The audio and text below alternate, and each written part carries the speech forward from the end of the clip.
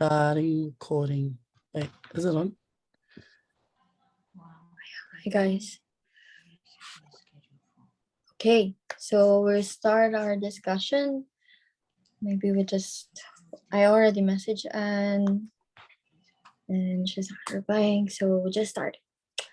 Okay, so we're just gonna discuss about racial ethnic again, and just have to read all this poem. There's it's actually 5, but I can't open the Micronesia questions. Did you guys had tried to open it? About you, Florence. Sorry? Have you tried to open the Micronesia question?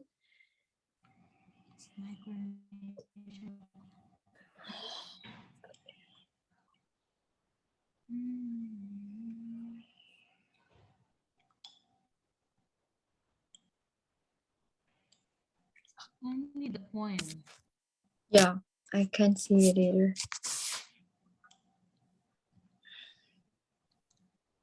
Anyways, maybe we could just start discussing the other poem. I'm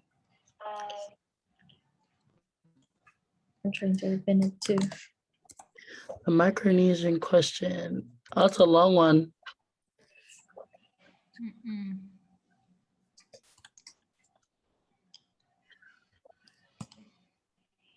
So, and anything of the poem that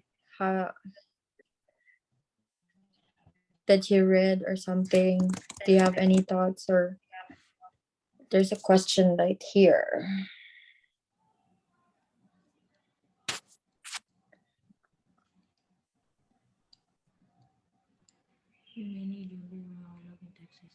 So the first question that we need to discuss is, in what ways does society shape racial ethnic identity?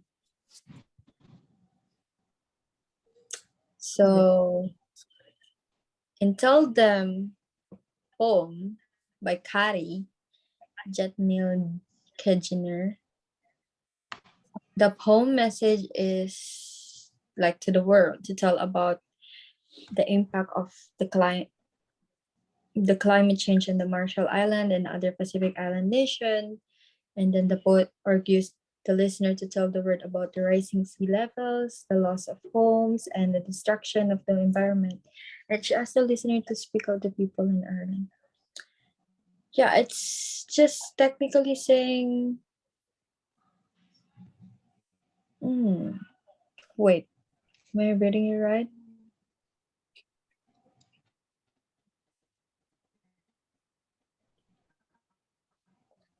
Sorry. Oh yeah, it's the message. Like the message of the poem is where the writer give an invitation to the people.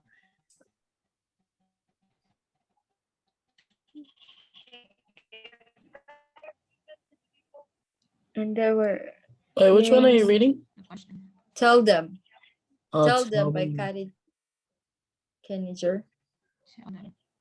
Dear Marshall Island. Show them where it's the Marshall Island. Woven into the Crest.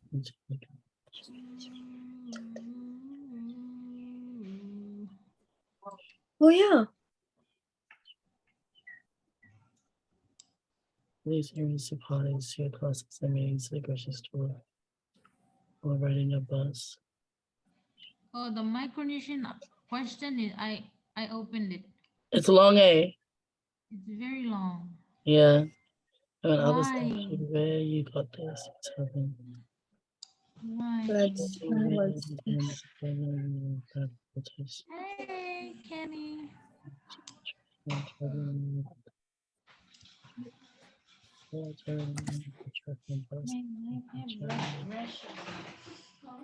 have rashes all over. What were you saying about the Tell Them poem? Yeah, it talks about like the climate change in their islands, or I mean, it says I think it's I think it talks about that a bit, but it also like to tell people about what's happening in Marshall Islands, Oh yeah. like where Marshall Islands is and how it's like almost extinct, that the people are not really known in the world of for being, because they are known as within like the Oceania world, like Polynesia and that, they are known for being like the master navigators. They're the ones that came like the map of the stars and stuff, like they're the ones that still use that way to our ancestors' ways to navigate through the ocean. Just one Mm-hmm. second. Wait, let me check again. So it's like she wants everybody to know about Marshall Islands. She wants them to be known in the world, and that their country was also, their island was also used for like nuclear bomb testings. That's Yeah.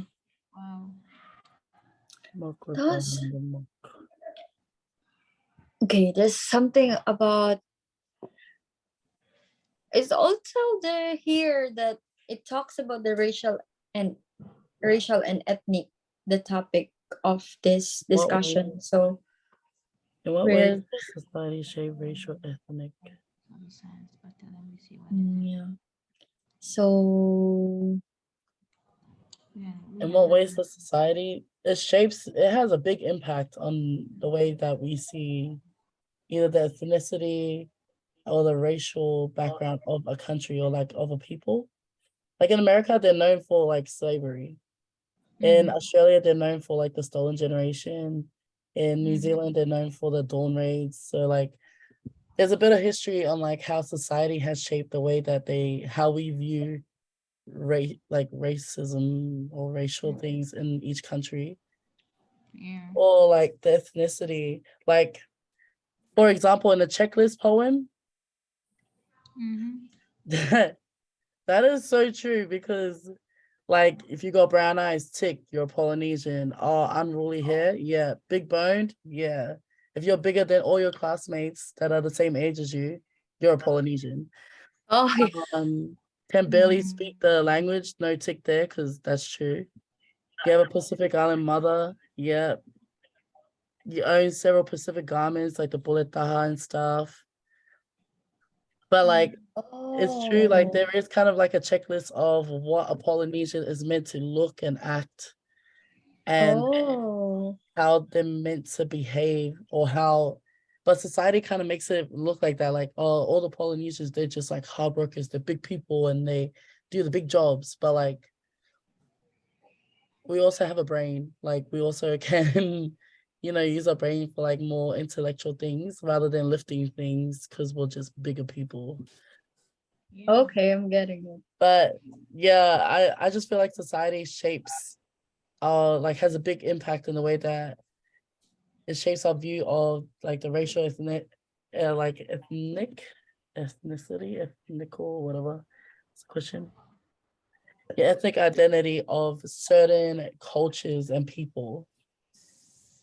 Because if you're Polynesian, you're a loud person, but not all Polynesians are loud. And if you're not loud, there's something wrong with you, apparently. Do you Yeah. think? Yeah.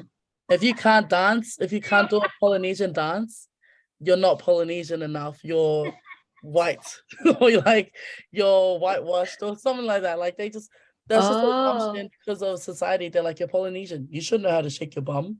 You should know how to shake your legs, kind of thing. No, like Yeah. Do you feel like it's kind of a discrimination for you guys, or you feel the racism if that's happened? I feel like it is discrimination in a way, because I don't know I what. feel like it is. But I don't know, Because sometimes it happened becomes a racist, like it becomes a joke, but it's something like you, serious. it's serious to you guys. Yeah. Like if the people saying you're not dancing, you're not shaking your Yeah. like that. Or feel if like like other cultures take our culture and like play around with it, like with our tattoos, like the Polynesian tattoo, each island has a story about like the patterns and stuff. But now people are making it a trend, and you can just get it on your chest and as a sleeve just to look cool. Like, Look cool. yeah, it makes your Ah, arm look bigger or whatever. yeah, and even you, Florence, you guys, the Papua New Guinean are you guys, you like your hair like that, like that, like the Yeah, hair. and all our hairs are different. yeah. Yeah, Yeah, So some back are like home, straight, some are wavy, some are Hagrids, some are it's a part of the complexity of the identity of person or on yeah, the, I mean the race. like like, It's part of and the, even like ones that have like really straight hair, they're like, oh, you're half white. Like you, there must be like a mixed blood in you. You not for your, but then you're like, oh no, I'm full Tongan or I'm full Samoan or full there's Fijian, and they're suspicion. like, There's nah, that's not right. how oh come yeah. really You beautiful? know guys, I'm taking anthropology, and right now we're talking about race too. And then Sister Walker talks, like she said the five colors, like you're red, you're yellow, you're white, you're black, you're brown. And then I was so shocked, like I only know three colors, like brown, or yeah, brown, white, and black. I thought Yeah, I was part of the brown one. And then they said the yellow one are the the yellow, Asians. yeah, The yellow one are Asians, and the Asian. red are the what Red in the what? South America. Yeah, the South Americans, the red one. So there's are five colors, and it kind of If you're like, cool. do you guys feel awkward when the people say to you guys na that can you go to your colors? Yeah, If people say to you, you guys, can you go to your colors? You do you it's feel awkward with that? I it's not really said like that. It's kind of like, oh, you're why are you sitting with us? Shouldn't you be Yeah. sitting with them? Like that's kind of the way that they do it now. Instead of being like, Yeah, the society was are you telling us. lost? Yeah, because if I'm hanging out with like say like Asians and Balangis, just a mix of people that's not Tongan or not Samoan, they're gonna be like, oh, why are you friends with them? Like, aren't you meant to be friends with like your people kind of thing? And they'll be like, oh, so now you're trying to you want to be different? Yeah, you want to be different. You think you're better than everybody. It's so sad. Yeah. You can't win. You really can't win. Even when you hang out with your people, like the Tong, I would hang out with the Tongans, and they're like, "But you're from Australia, so you're not really Tongan. So maybe you should go hang out with those people." Then you go hang out with those people, and they're like, "Well, you're Tongan. You shouldn't be hanging out with these people." So kind of, it's Man, just too much. society. If yeah, living here in Hawaii, like like there's a Yeah, lot of yeah, yeah, Polynesian. yeah, The yeah, yeah. diversity is different. Do you still feel like that in the same No, way? No, it's different. I feel more like comfortable, if that makes sense. Like back home, like in Australia, you if you like if it's normal now to see like a lot of Polynesians mixed with like other ethnicities now, because it's just normal. But like coming here and hanging out with a lot of Polynesians, I felt like it was weird for me because I was like, I'm not used to hanging out with you. But then all of a sudden, like I kind of like yeah, had to find some sort of connection. Not just like, oh, you're Polynesian, I'm Polynesian. We should be friends. Like, no. No. How about you, Florence? Do you feel about what do you feel about that?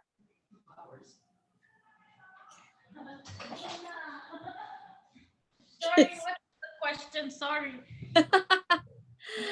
What do you feel about that? How you feel when you're walking around, like you're walking inside the cafeteria, and there's of course there are bike groups. Do you feel like there is a big racism or discrimination inside here campus? Well, for us Papua New Guineans, we don't really mind. We don't really mind who's like differences or what, because we like to stick with our like own Mhm. groups. And so when there's like other people, yes, we like to stay in our own comfort zone. So when there's other groups, and we don't mind if we don't join your group, it's okay. I'm staying on my own as long as I finish class and I go back to my own people and I talk with them. It's like Yeah, that. I feel like that, but then I I see my like I went on a mission in I went to Tonga and I served that mission. So like my friends from Liahona, Tonga High School, and people I served in their areas, so they look at me and they're like, "Hey, how come you're not coming to the Tongan practice? How not you're not coming sitting with us and eating?" I'm like, "I'm sorry, it's just at work." And after mission, everybody likes to have their own space, their own time. They mhm. want to do their own things. So it's all these expectations. They don't tell you, but you can tell that they expect you to, at least say hi or talk to them. Yeah, And it's sometimes bothering, but you it just have to is. make effort to say something and acknowledge them, so they know and feel like you have some connections with people you served with, you went to school with, and just everybody in the campus. Yeah, that's how I feel. That's true. That's nice. It's So do like, you guys feel that we already answered the first question? Yeah. Okay, we'll go to the next question. In what ways do these writers respond to that and make a concept identity for their speakers?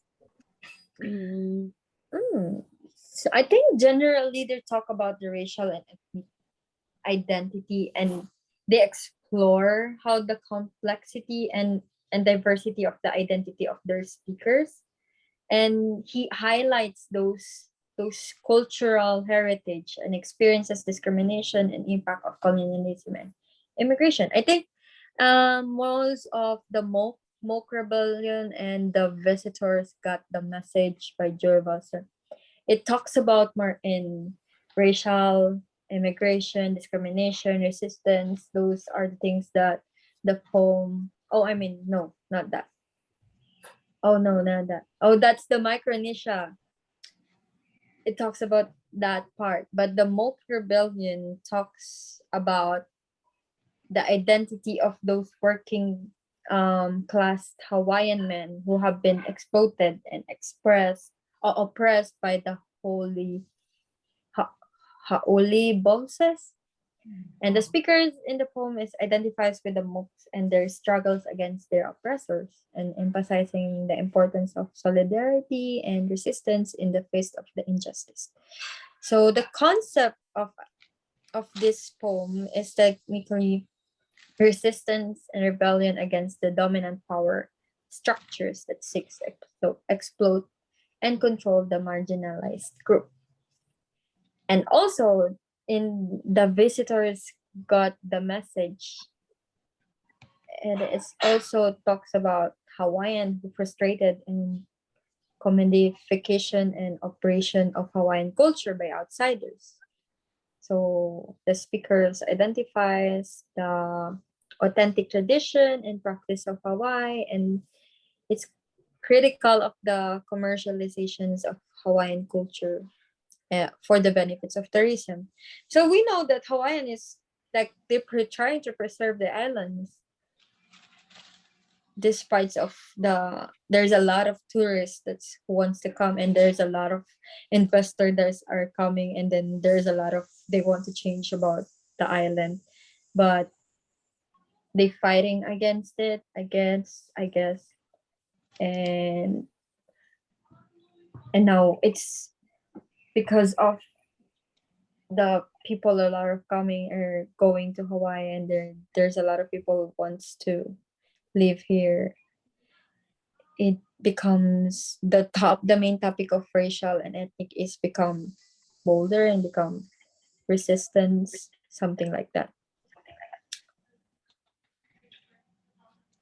So I think that's one thing that the speaker talks about.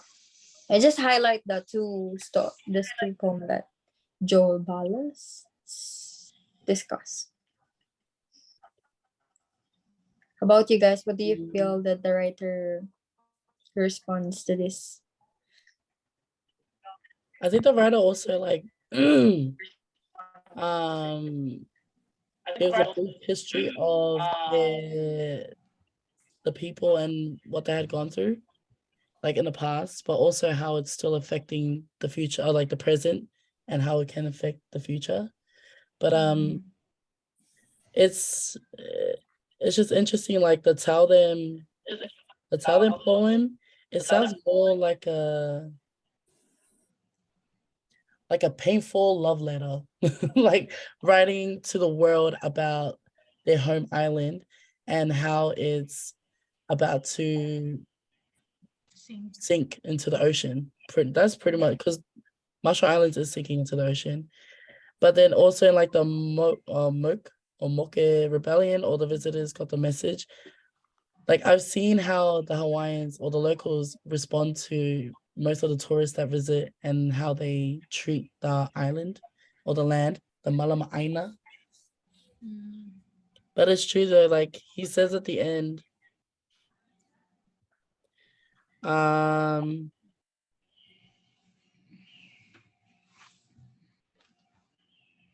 where is it? Oh, just the way that how the locals respond to the tourists or to the haulis. Mm. He says like the aggressive kind of nature that they have towards them kind of makes is their message to the Hawaiians that like to the tourists or the haulis that they need to go back to their own land. Yeah, I like But what you. yeah, and it just makes sense, like the way that Mm. the native people or the local people respond to tourists or haulis or palangis that are in their homeland. Like True. they had already gone through colonization and now it's still happening gradually Mm. and in the future. So I feel like they allow, what was the question? You always do the writers respond to that and make a concept of. So I feel like they kind of speak the history and also speak the facts that are happening and how the effects of colonization has continued to like hurt their people. Is that hurt? No, that sounds like the wrong term. But how it's still like affecting them, Yeah. not affecting, affecting. Anyways, yeah, that's my Yeah, 2 cents. like just recently we went to Waimea, one of the places at Waimea. We caught the bus. We were on the bus and there's this homeless. He's Hawaiian, native Hawaiian. He was sitting and this tourist came into the bus and they sat next to him. And he was being so nice. He said, "Hello, how are you? How's your day?" And both of them, two couples, old, not really, barely, or just middle aged. And then they were like, "We're fine. How are you?" Really talking. And then when I saw them talking, I'm like, okay, then they're conversating. That's fine. I looked to the outside. I heard F, like he was Is at them. that the homeless?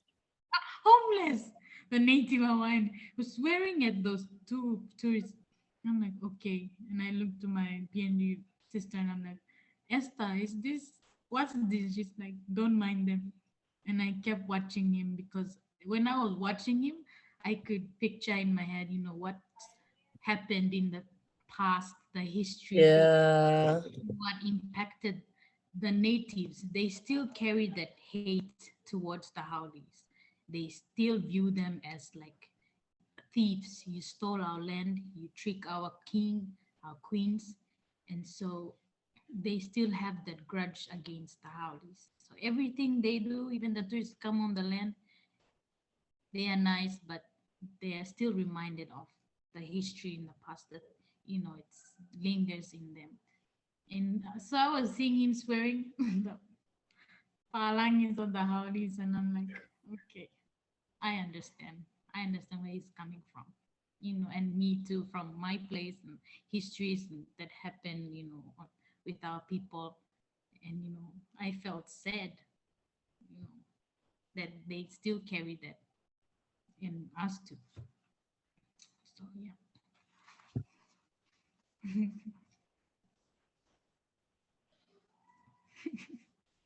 What?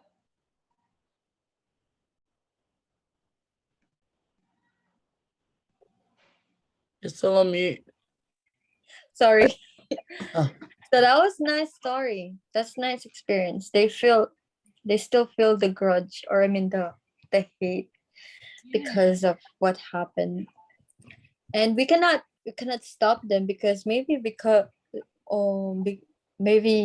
one of the reason because why is he's homeless right now is because of what happened before. That's why he's mad, right?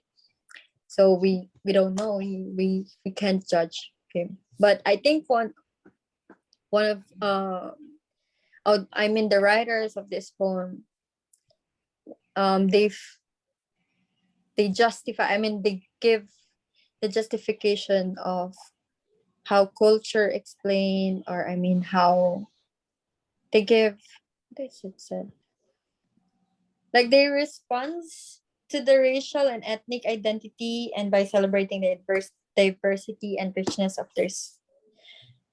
the cultures, and they also acknowledging the challenges and the struggles that facing to Yeah. those of the experience, right? Mhm. And through writing those things, they seek to give voice to their topics, to their issue, or to the issues that they want to talk about.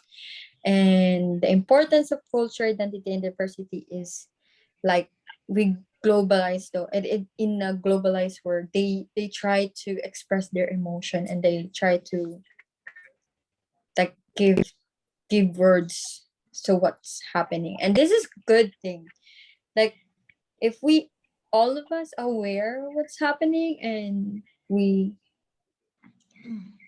are not judging other people's, or not trying to not focus on the stereotype of the race. When we say, sometimes when we say race, like we feel or we're not comfortable.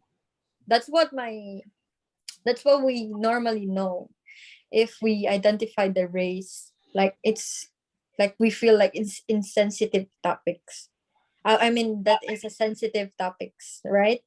When we talk about race, when we talk about colors, and when we describe colors, it is like that is a sensitive topic. But my professor in anthropology she said like we should accept it, because that is our race.